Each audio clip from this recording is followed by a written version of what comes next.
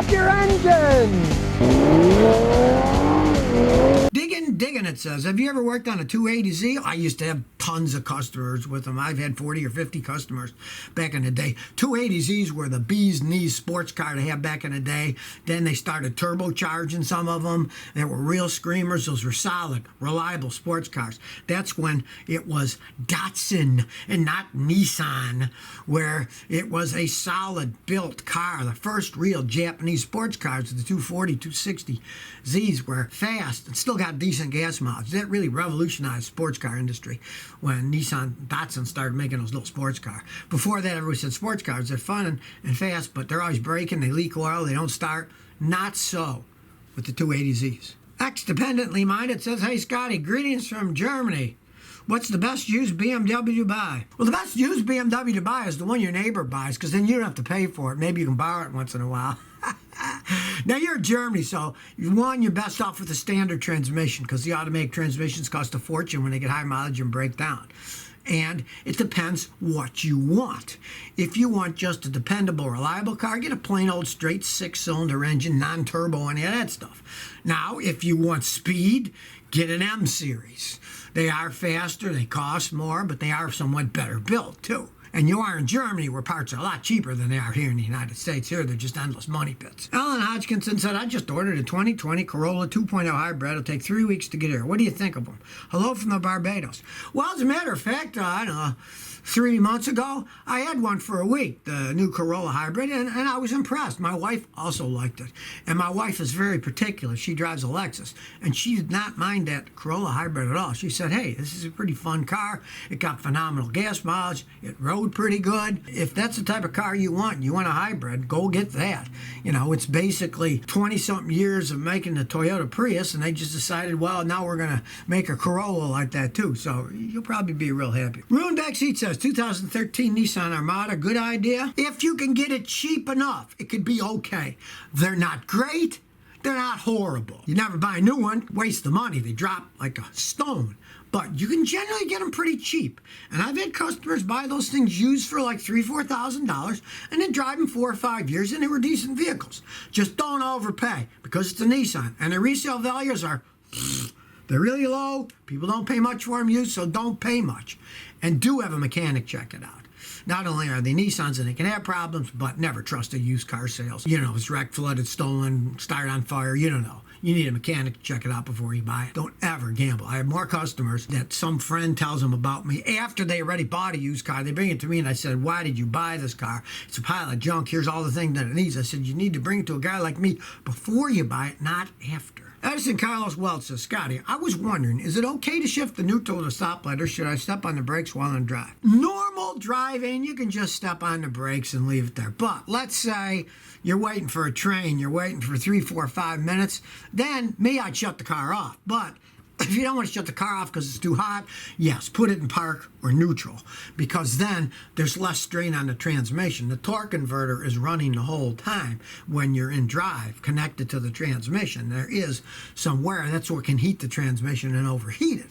But if you put it in park or neutral, then it's not doing that. It's not affecting the fluid inside the transmission and heating it up. You stir anything up just sitting there, it's going to start to get hot. Hey, hello, Daycare Daily 808 Vid says, Scotty, I'm looking at a Ford Escort or a Festiva for reliability. Which one should I get? Neither. Those are not extremely reliable cars. Those are the cheapest cars Ford ever made.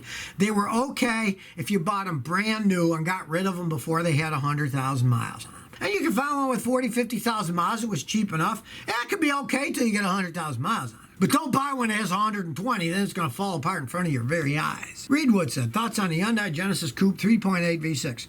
They are very fun vehicles to drive. They're very zippy vehicles to drive. But as time goes on, they don't hold up like, say, a Lexus or an Acura or a Toyota or a Honda. They're not as well built. Now, I've had customers buy them brand new, get rid of them when they get to about 100,000 miles, and don't have a lick of problems with them. On the other hand, I got customers that were dumb and bought them with 120,000 miles on them. They're endless money pits, and when they got rid of them, they said, I'll never buy another one of those crappers. So, you got to put that in mind if you're going to buy one. New, used, how many miles? Frost says, is a Lexus GS350 2007 still a reliable vehicle to buy? It was taken care of? Yes. They actually made them better in 2007 than they do today, if you ask me, in terms of long life. The new ones have all kinds of uber electronic technology and stuff that when it breaks is going to cost a fortune to fix. And '07 was a much simpler vehicle. It doesn't have the dual turbos that the new one does. A lot simpler car. If it was taken care of and the mechanic says it's good, it can be a great car. It'll last forever. The Meaty says, Scotty, should I buy a 91 Fox Body Mustang or a 2002 Camaro SS? Depends on what you like, what you look at, and what you're planning on doing with it. Now, me, I don't like Fox bodies. I personally think it's one of the ugliest things that Ford ever did. Some guys like them. That's in the eye of the beholder, right? The Camaro looks a lot better. It's also 11 years newer, so odds are it's not quite as worn out. That's sort of up to you. If you want more reliability and Fox body Mustang's in better shape, buy that. By looks, the Camaro actually looks a lot better. You want a mechanic to check out either, but realize, what do you want? Do you want something that might last longer but looks weird? Or you want something that looks a little bit better but may not last as long? You got to make that choice. I can't make it for you. Louis Silva says, what's your thoughts on the 1990 Mazda Miata with a manual transmission? The tranny might be going out. I have to replace it. What's a good price to pay? Don't pay much for it then. Geez, it's 30 years old, you know? And with all the stuff that it needs, maybe give them $500. That's the top I'd go.